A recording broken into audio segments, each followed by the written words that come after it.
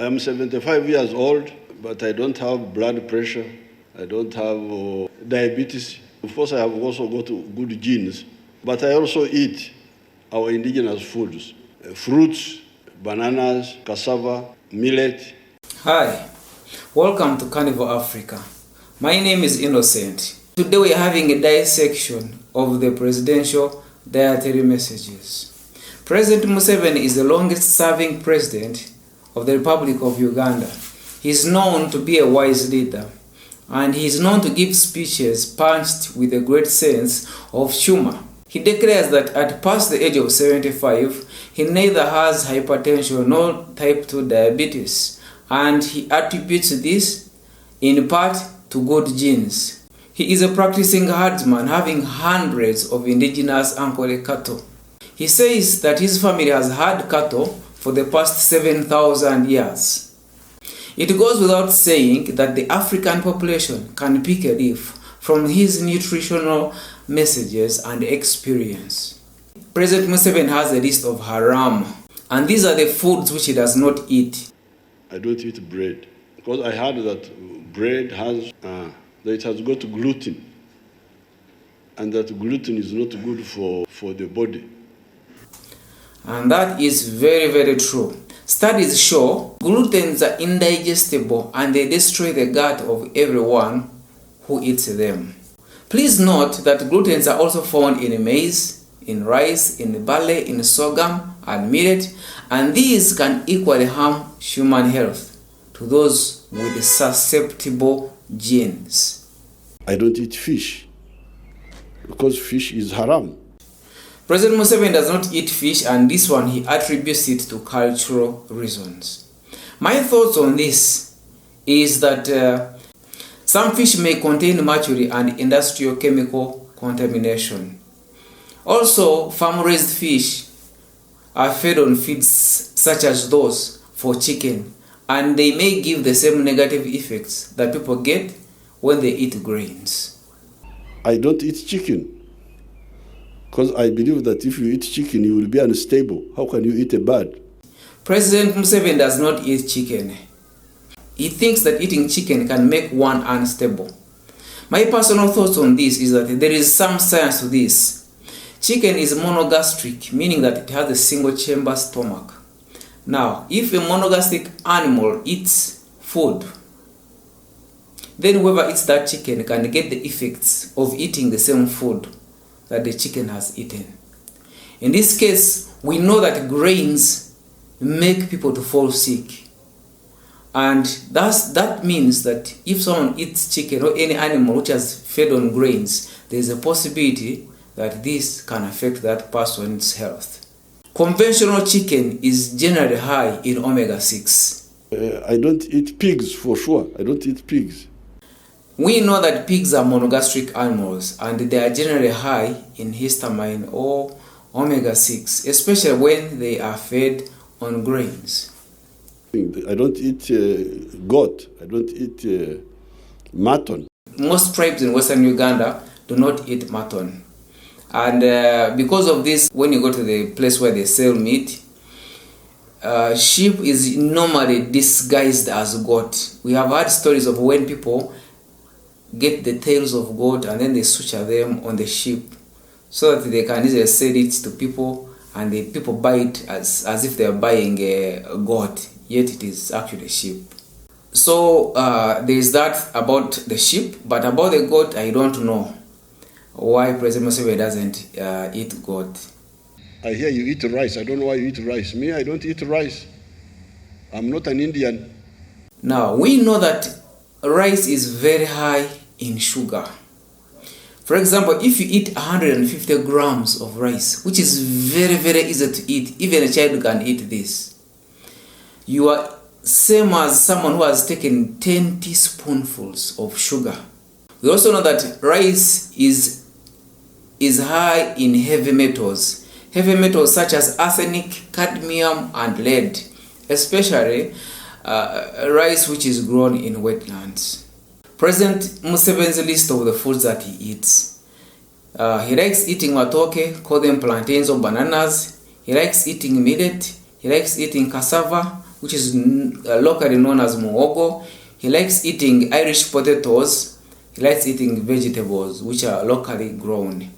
And I can imagine that he consumes cattle products since he himself is a herdsman. Though in his speeches, I have not heard him talk about eating cattle or the products of cows, but I guess that he does. President Museveni's success story on weight loss. In the past, he accumulated weight of 106 kilograms, and he attributed this to his doctors not clearly explaining to him the mistake of not fighting fat. He made changes to his feeding routine. In the morning, he would eat small quantities of cassava, bananas, and locally grown vegetables. At lunch, he would take water and sugarless coffee, since sugar is very bad. At dinner around 7 p.m., he would eat 2 Irish potatoes and lots of vegetables. And these vegetables were to deceive his stomach that he's putting in something. To get a sensation of feeling full. And this resulted in a weight loss of 30 kilograms. Let's talk about liver cancer from ground nuts. Recently, President Museveni said that he had known about cancer resulting from ground nuts long time ago, and he quietly told the medical people about it, but they were not heeding him.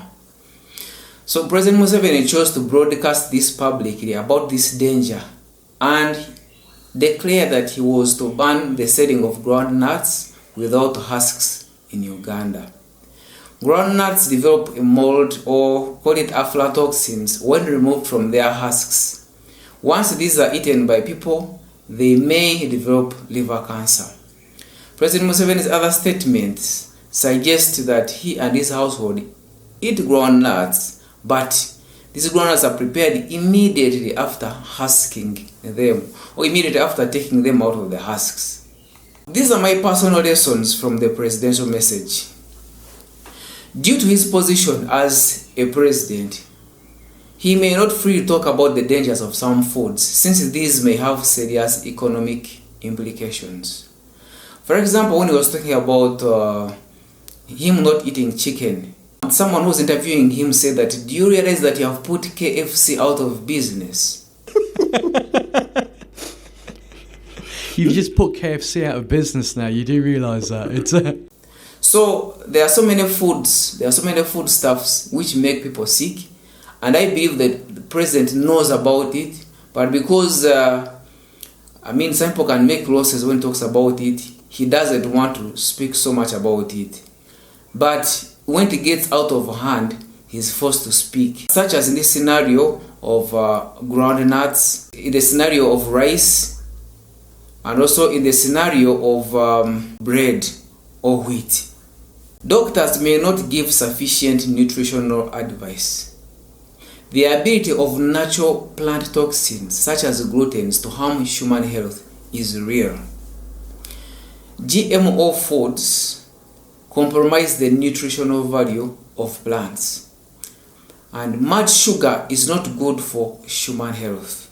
Mold or aflatoxins found in groundnuts, peeled cassava, coffee beans, maize, simsim or call it sesame, formed as a result of poor ventilation or improper drying of crops, can cause cancers and other devastating effects to human health once ingested.